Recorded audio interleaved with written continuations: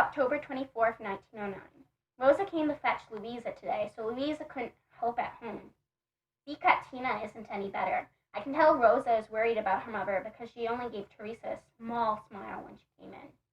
Mama had made some soup for Rosa's family. Little Theo looks like Rosa, with his long eyelashes and shy smile. When Vito teases him, he always hides his head behind Rosa's skirt. Steve Benzino works as a day laborer, taking his pick and shovel wherever he can find work. But the work isn't regular, so the whole family depends on Rosa's pay. Pay! It's a good thing Mama Z. Maria and the other women in our building are here to help. Tuesday, October 26, 1909. A girl who sits near me got sick this morning. She had to use the toilet twice before lunch. On the third time, Mr. Klein followed her into the hallway and began yelling in a loud, grouchy voice, urging her to hurry. I'm lucky I don't get sick easily. Sometimes I try not to use the toilet in the hall for the all day, but other times I must.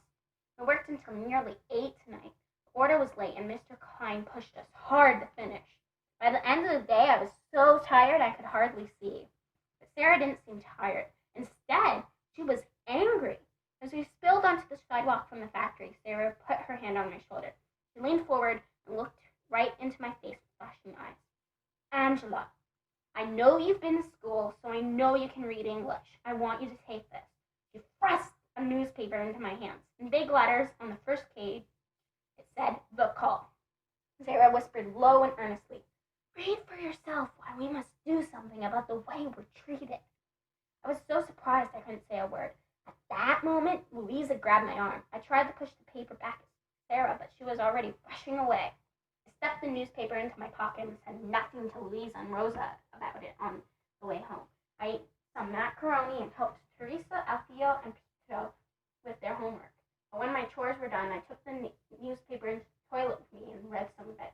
So Maria began banging on the door, shouting for me to hurry. "I've heard about you and your little book, Angela," she shouted. "I hope you're not writing in there. Other people live here, too." I put the newspaper back in my pocket and opened the door. I showed her my empty hands. "I wasn't writing, Z. Maria," I said. And quick as a flash, I slipped past her into her apartment, leaving her shaking her head at me. Anyway, from the part that I did read, it seems to me that the call is more for Jewish workers and how they should join a union. I wonder what Babu thinks.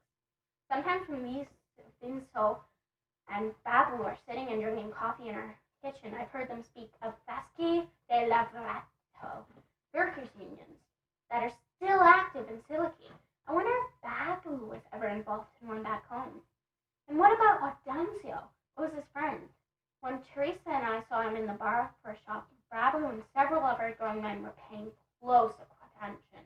What could such a young man say to make them listen like that? What were they arguing and talking about so intensely?